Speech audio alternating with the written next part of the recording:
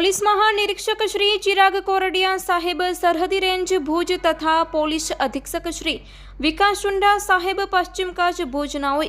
Parole furlough વચગાળા જામીન ફરારી jail ફરારી તથા નાસતા ફરતા આરોપીઓ પકડવા માટે સૂચના આપેલી હોય જે અનુસંધાને પેરોલ ફલ્લો સ્કોડના પોલીસ ઇન્સ્પેક્ટર જે કે બારિયા નાઓના માર્ગદર્શન હેઠળ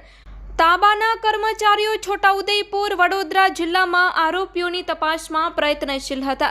તે સમય દરમિયાન ટીમને સંયુક્ત ખાનગી રાહે બાતમી મળી હતી કે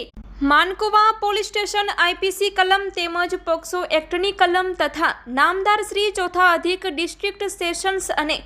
પોક્સો જજ સાહેબની કોર્ટ મુજબના પોક્સોના કામે સજા વોરંટથી બચવા નાસતો ફરતો આરોપી નામ વિઠ્ઠલ કિશન ઉર્ફે કચુભાઈ નાયકા રહેવાસી ગામ કાવરા ડુંગરી ફળિયું તાલુકો જેતપુર પાવી જિલ્લો છોટાઉદેપુર વાડાની તેના વતનના સરનામે જઈ તપાસ કરતા મજકૂર આરોપી દિવસ દરમિયાન જંગલ વિસ્તારમાં રહેતો હોય અને રાત્રે જ ઘરે આવતો હોવાની બાતમી મળી હતી।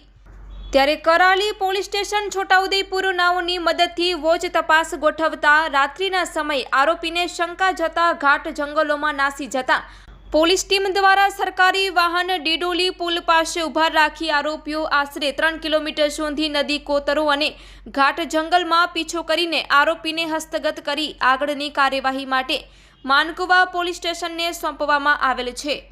આ કામગીરીમાં પેરોલ ફલ્લો સ્કોડ પશ્ચિમ કચ્છ ભુજના પોલીસ ઇન્સ્પેક્ટર જે કે બારિયા સાહેબનાઓ સાથે સ્ટાફના એએસઆઈ હરિલાલ બારોટ યોગેશભાઈ ગઢવી તથા police head constable Kanaksinh Gohil તથા પોલીસ કોન્સ્ટેબલ ભૂપેન્દ્રસિંહ ઝાલા તથા પોલીસ કોન્સ્ટેબલ નીરુબેન મૂડી તથા drive police constable Sureshbhai Chaudhary નાઓ જોડાયા હતા।